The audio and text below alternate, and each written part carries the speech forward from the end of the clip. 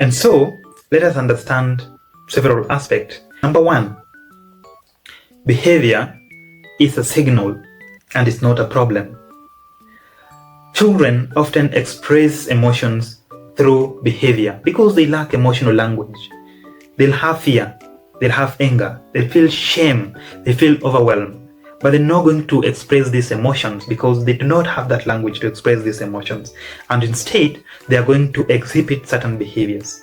And so, if we only respond to these behaviors, then we miss the point.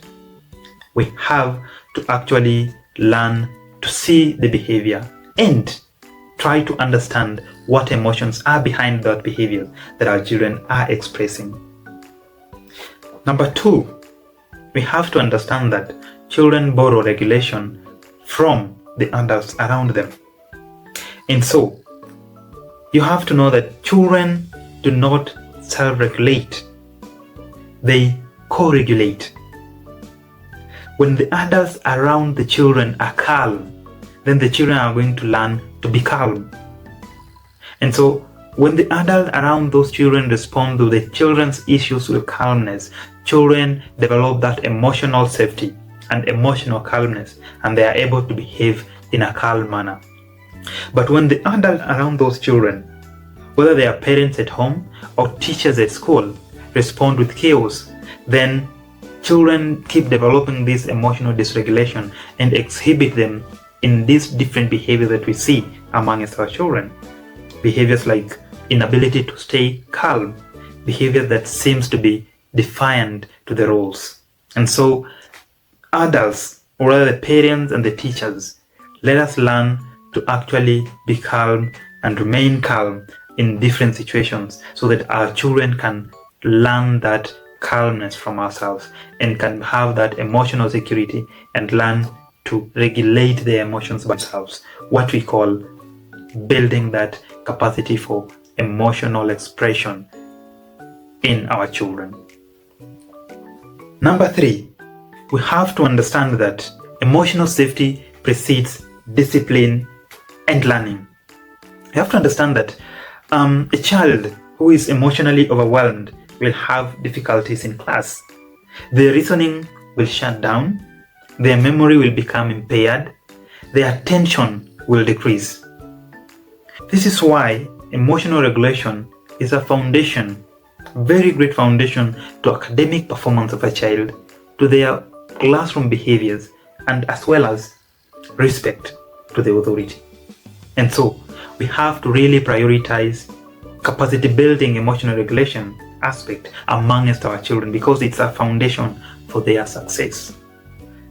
Number four, you have to understand that naming emotions builds emotional control, and that when adults help children become able to name their emotions, they actually activate the parts of the brain that are responsible for this regulation.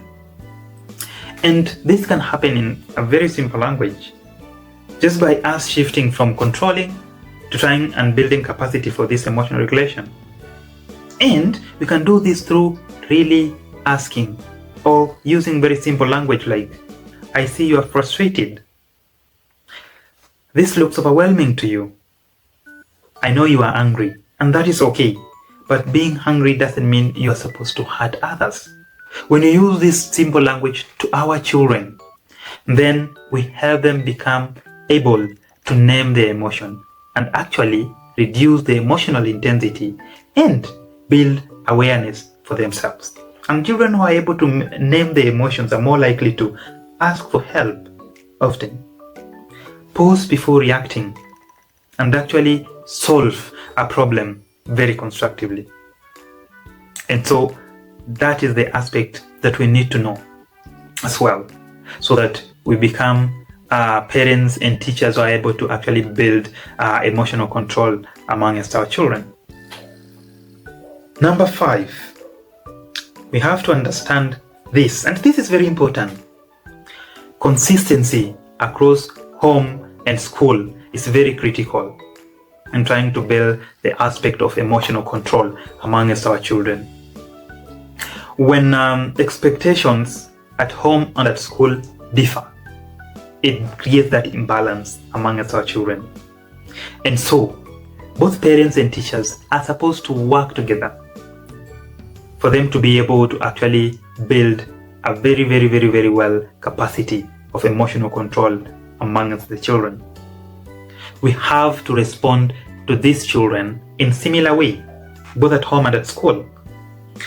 If at home a parent responds calmly, and at school there is chaos, they are going to have that imbalance in this emotional regulation aspect. But when at home a parent can respond calmly to these children, and then when the children goes to school, they again meet this calm response from their teachers, then learning is going to be even, and the children are going to be able to actually build these emotional regulations among themselves, because there is that balance in emotional response, or the response to their behaviors by both parents and the teachers. And so really put this in mind as a parent or as a teacher, that consistency across home and school in terms of responding to our children's behaviors is very critical in teaching them to be able to control their emotions and be really able to associate among themselves, or associate with friends and respond to things around them in a calm and controlled way.